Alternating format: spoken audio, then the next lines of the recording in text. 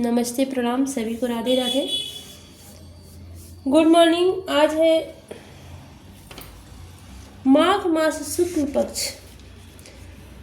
आज माघ मास शुक्ल पक्ष की जया एकादशी है। तो मैं तो व्रत हूँ। आप लोग कौन कौन व्रत रखता है एकादशी का, जरूर बताइएगा।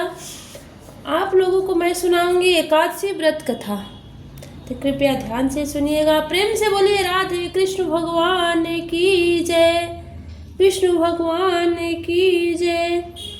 जय जय श्री सीताराम। धर्मराज युधिष्ठिर बोले, हे भगवान, आपने माघ मास के कृष्ण पक्ष की सटतिला एकादशी व्रत तो सुनाई, अत्यंत सुंदर वर्णन किया। अब आप कृपा करके, धर्मराज युधिष्ठिर जो थे वो बोले भगवान से कि भगवान, आपने माघ मास का सटतिला एकादशी व्रत तो सुना दिया, अब कृपा करके माघ शुक्ल एकादशी का नाम क्या है बताइए। व्रत की विधि और उस दिन कौन से देवता की पूजा की जाती है, विस्तार पूर्वक कहिए। श्री कृष्ण भगवान कृपा पूर्वक बोले, हे राजन, इस एकादशी का नाम है जया एकादशी। इसका व्रत करने से मनुष्य ब्रह्म हत्या आदि पापों से छूटकर स्वर्ग की प्राप्ति करता है,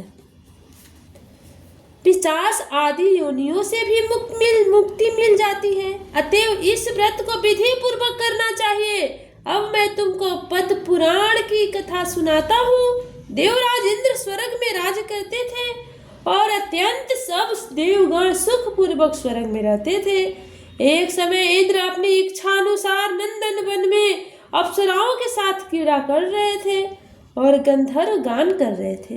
उन गंधर्वों में प्रसिद्ध पुष्पदादी तथा कन्या पुष्पावती और चित्रसेन तथा उसकी स्त्री मलिन भी थी। मलिन का पुत्र पुष्पवान और उसका पुत्र मल्यवान भी उपस्थित थे।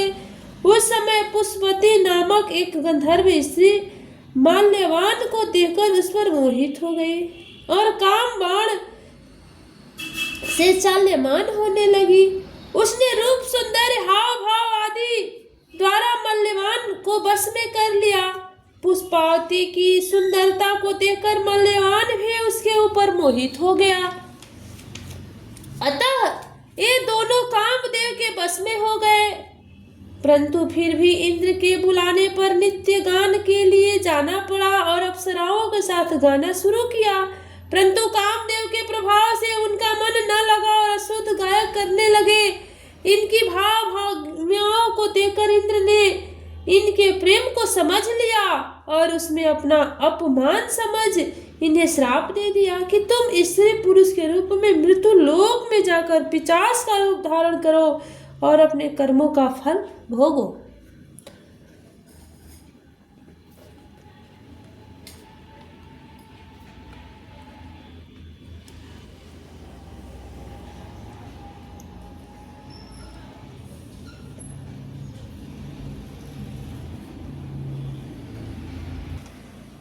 इंद्र का श्राप सुनकर ये दोनों अत्यंत दुखी हुई और हिमाचल पर्वत पर पिशाच बनकर अपना जीवन व्यतीत करने लगे।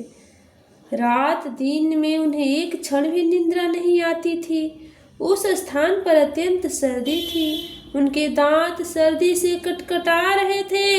एक दिन पिशाच ने अपनी पत्नी से कहा, न मालूम हमने पिछले जन्म में ऐसे कौन से पाप किए जिससे हमें इतनी दुखदाई यह पिशाच जोनि प्राप्त हुई है। देव योग से एक दिन माघ मास के शुक्ल पक्ष की जया नाम की एकादशी आई। उस दिन इन दोनों ने कुछ भी भोजन न किया और न कोई पाप कर्म ही किया, केवल फल फूल खाकर ही दिन व्यतीत किया और महान दुख के साथ पीपल के वृक्ष के नीचे बैठे रहे।